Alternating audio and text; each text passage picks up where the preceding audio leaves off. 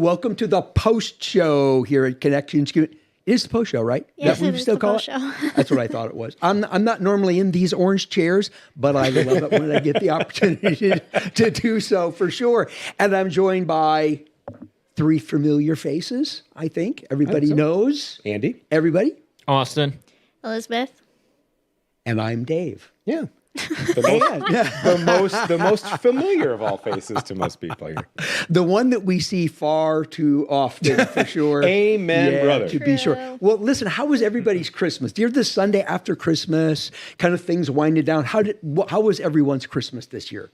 It was really low key and laid back. Was it was for you? nice, yeah. Because the last few years, as soon as Christmas Eve has hit, we've been driving down to Florida to visit Angie's folks. So this year, so that's like 2 years. So we're in the car for 18 straight hours because we're stubborn and we don't stop overnight. We're just going to drive through. It was low key. I woke up, Skylar was gone, Xander was still sleeping. So I'm like, I'm just going to watch Home Alone until everybody's ready to open presents. So yeah, it was nice. It was a very low key. Is that your favorite Christmas movie? I know. Yes, that is my favorite. Okay, yes. okay. I wonder. I basically woke up. I'm like, I made my family disappear. You're kidding. Then I ran around the whole house doing stuff. Yeah, Made my family disappear. That's great. So, Elizabeth, what's your favorite Christmas movie? I go between we go. three. Okay. Oh, between three. Currently, it's The Grinch. Specifically, the Jim Carrey Grinch. Okay. I don't like the animated one. I actually have never seen it, so that's really horrible thing for me to say. The new one or but, the old animated one? Either. Oh, well, the the old new one's one my is favorite. like fine. Yeah. It's cute, but So the Jim Carrey yeah. Grinch. All right. So we got Home Alone, we got the Grinch, and You didn't give your other two that you're going that's between, true. though. Good point. Oh, it's Elf and Home Alone. Okay. All the like Elf. stereotypical ones. That's on my list Yeah, too. that's on my- yeah. Yeah. Austin? Yeah. I'll go a little bit off the board here. This is actually something that my dad and I share pretty much in common. One Yeah. of my favorite ones is called Muppet Family Christmas. Not the Muppet Christmas Carol. That one is phenomenal also, but this was made for No, TV it's really special, good, Muppet yeah. Family No Christmas. kidding. Yes. He hasn't made you watch it? I don't think I've ever seen it. You have to watch it on YouTube. That's where you Yes. get to go and find it. So it is a really good one, but we watch that every single year. I'm going to have to totally check that out. Dave, that Yes? should be what you send out for the staff for like your Thursday instead of a podcast to listen to. That's a Just send them fantastic the idea. YouTube link to Muppet Family Christmas and just see what happens. That would be great. Can't wait to hear about it. I don't have many traditions in my life. One of them is every Christmas Eve, as the evening is winding down, I sit down and put on my favorite Christmas movie. This is so old school. Oh man. It's a Wonderful Life. Okay. And Sandy sits down and we just watch It's a Wonderful Life together. Never get tired of that movie. Love it. That's my number one. Nice. Probably the 1950s A Christmas Carol is number two. Okay. And then totally different genre. You gotta love Elf. It's so good. You just have to love You that have movie. to. That is absolutely so good. Well, it was interesting as we wrap up the Christmas season here at Connections that we got a message on suffering. Yeah. And so here's what my a first downer. question. Here's my question for you. Do you think that this is like a fitting, we're going to critique Isaac. Do you think this was a fitting kind of Gloves topic off. to bring up as we're putting a bow on the whole holiday season? A message on suffering. How did that sit with you? What do you think? I feel like it 100% fits. I feel like there are so many people that struggle in the holidays. Yeah. And especially if it's anyone's like first holiday season since blank. A major life event happened, Like, yeah. Exactly. I feel like having that as more of like, for them, validation of like, hey, it's okay to feel these things right now, even when it's supposed to be the best time of the year or whatever, you know? It's the most wonderful time Yes. of year. But it's like also a reminder of how to be there for someone in this time, because as someone's going through that, if you haven't felt something similar or gone through something similar, you don't know what to do, what to say.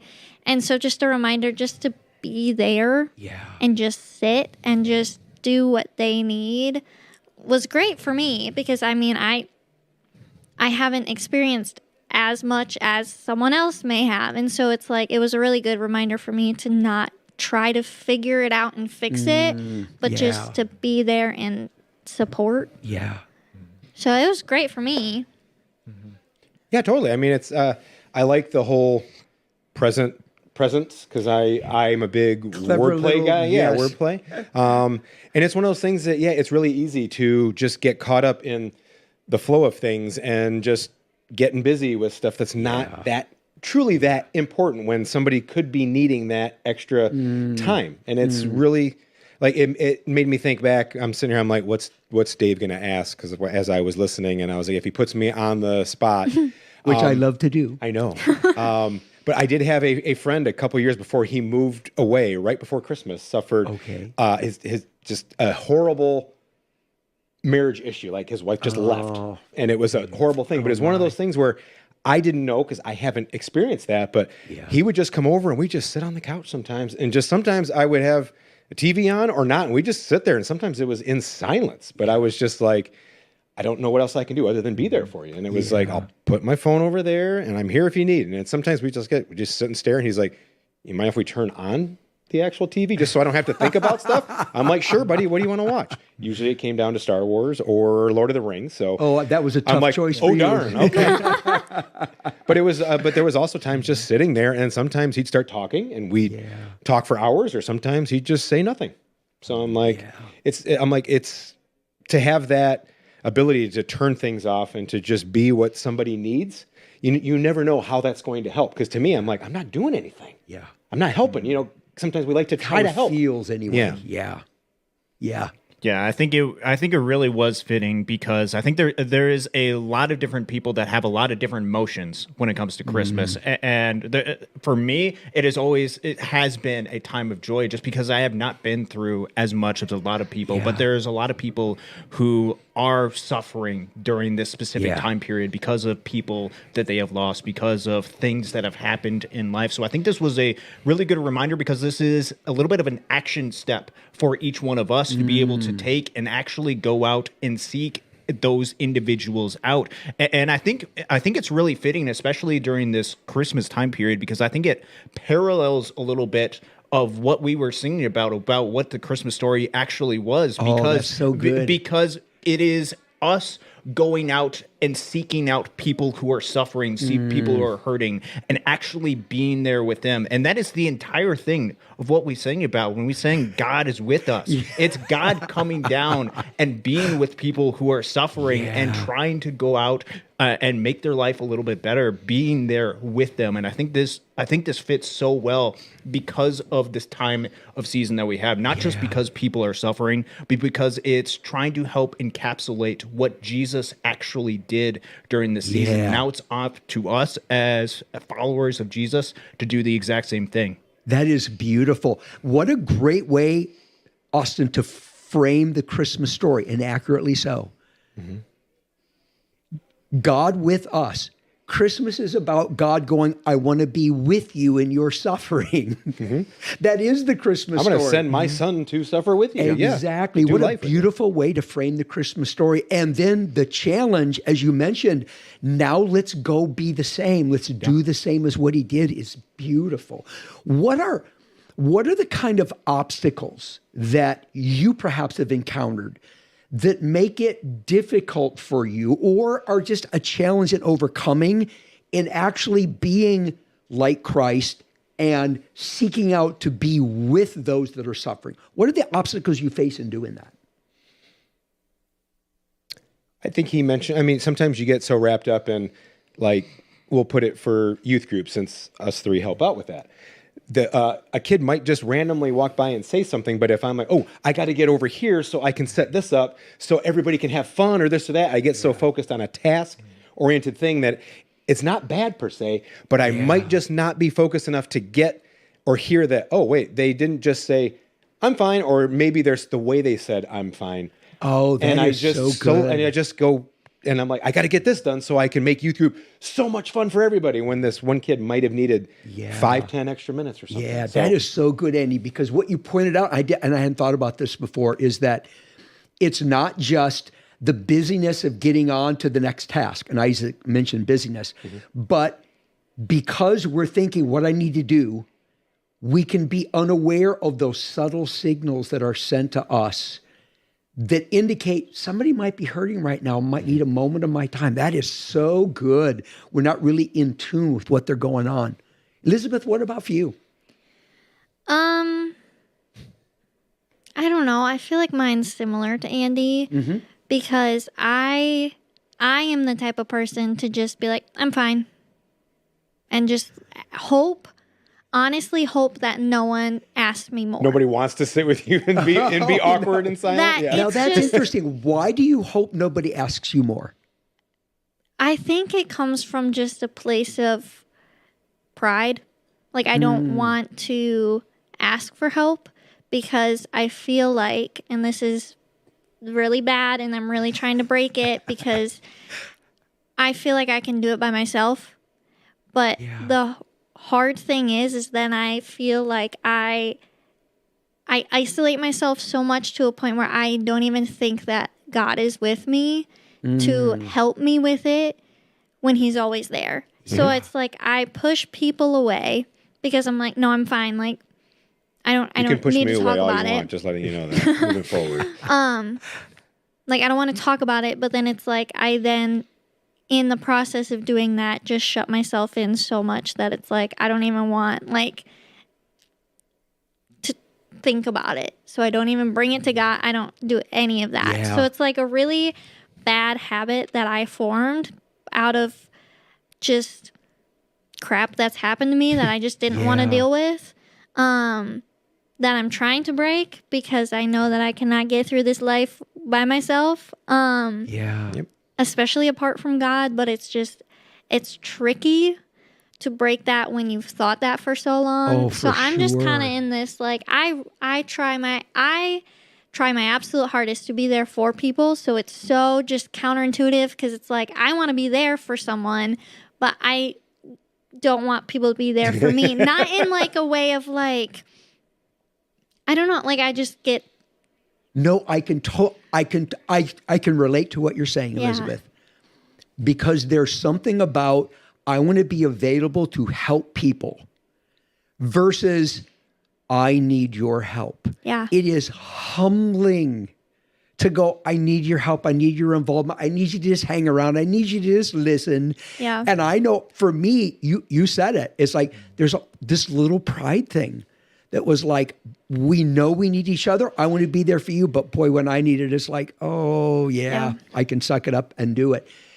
What I also found fascinating, and I think this is actually a common experience, is that you said that you close other people out, but somehow that almost is like a cascading dynamic that you end up closing God out after you close other people out to have him help you in that moment as Yeah. well. And so often God comes to us in another person, right? We're the hands and feet of Jesus. And it's like, he goes, here, I sent one of my people to help you. When we close out that person, we're actually closing out God in our lives as well. So important to humble ourselves and let others in, even though it can be so hard. Austin, what would you say, similar, or is there another kind of obstacle that you maybe have experienced in just being present with people that are suffering? I think it's very similar to a lot of the things that Andy and Elizabeth had said. It is the busyness of life. I very much place a lot of important tasks and stuff because I'm somebody who likes to fill up my life with this You bunch of are. stuff to be able to do. I've got a whole bunch of things, and so there's what I often do is, in order to be able to get through each one of those tasks, I have to get my mindset in the right place in order to get ready for each one of those. Yeah. And in the state of trying to get my mindset ready for an individual task, I think that's where there can be opportunities where I might not take full advantage or not be full aware of the need that is actually out there with the opportunity that's being presented, which it's getting ready for stuff that is good, stuff that is right. Yes. But it's those little moments in between that can get me at times because I'm not fully present within the moment, trying to get ready for the next moment. Yeah, boy, that is so well said. And it kind of echoes something Andy mentioned earlier, is like when we're mentally getting ready for someone else, we can be with people, but not really with people. And we miss those clues for sure. Because of what I do for a living, I am frequently invited into many uncomfortable situations where people are suffering. And I have always found them to be awkward and difficult for me because it's so far outside my wiring or gift mix. What I feel compelled to do, what I love doing is I can give you an answer. I can give you direction.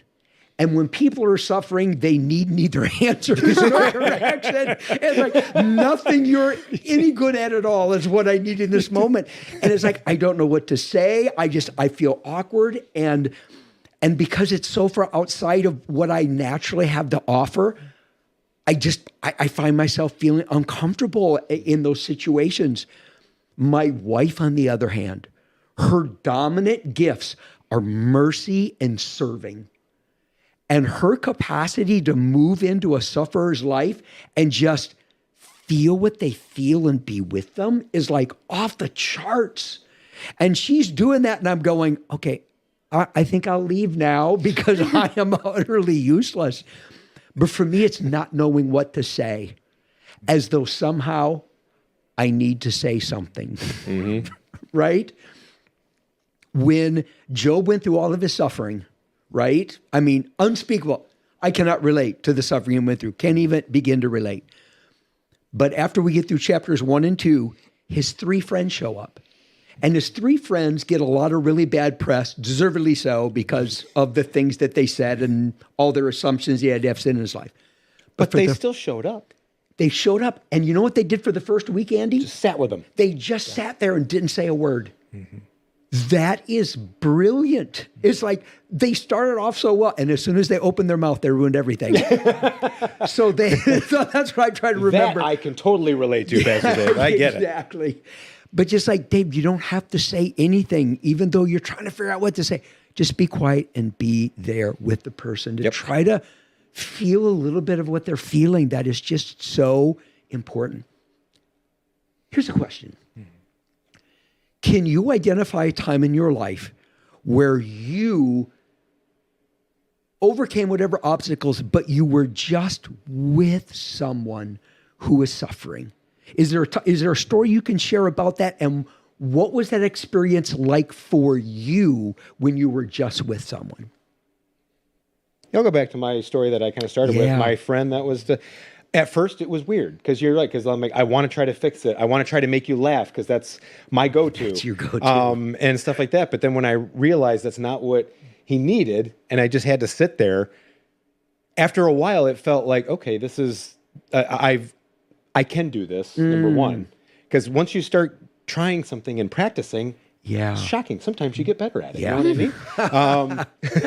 And then, so I think after a while, God was speaking to me going, you're better. Your friend just needs you to sit. He just needs you to be here.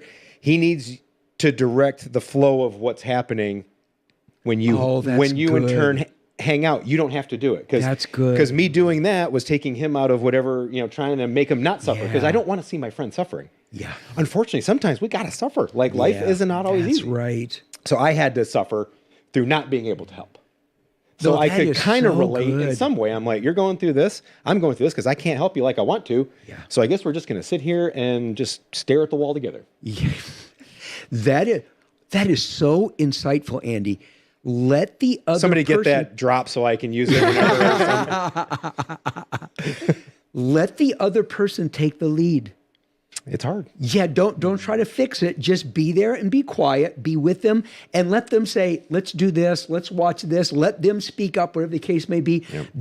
It's counterintuitive. Very much so for me. Let them take the lead in things like that. That is beautiful. Both of you are so young. Okay?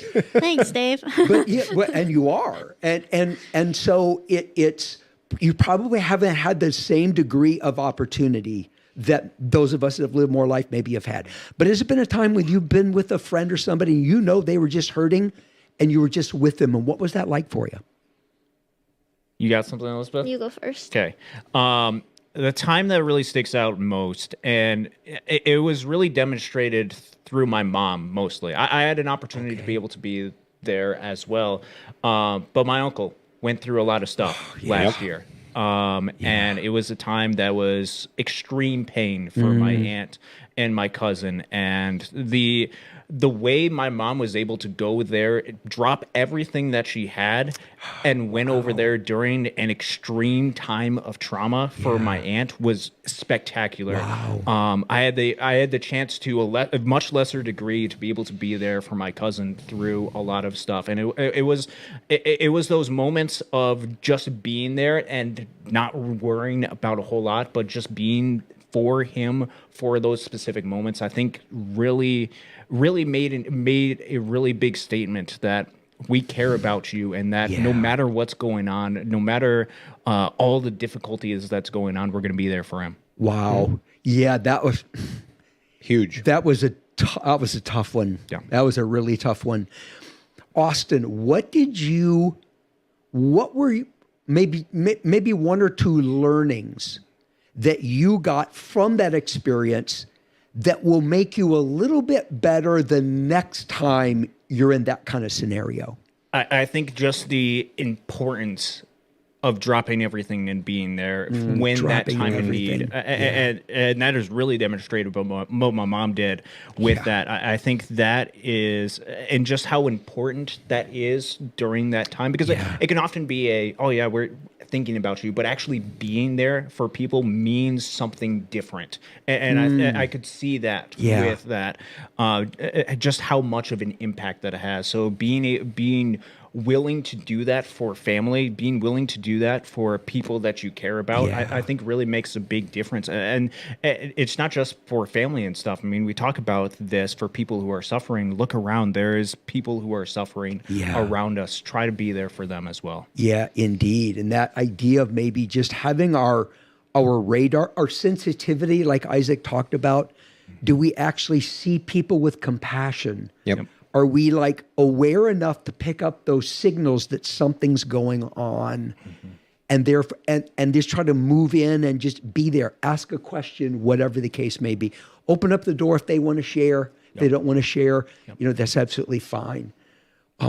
Yeah, for sure. Elizabeth, do you have a time? Do you have a story? Oh, she's got about 30 seconds or so. Oh, It's in quick. that case, let's do this instead. Tell me. Let's just challenge everybody just to keep our eyes and our hearts open, because people, even at the happiest times of year, suffer. Yes. And we want to be there for them. And we want to be there for you. If you have a need, please let us know. You can use the connections card at the church website. Let us know if we want to help. But God bless you, and we hope your 2026 is an amazing year.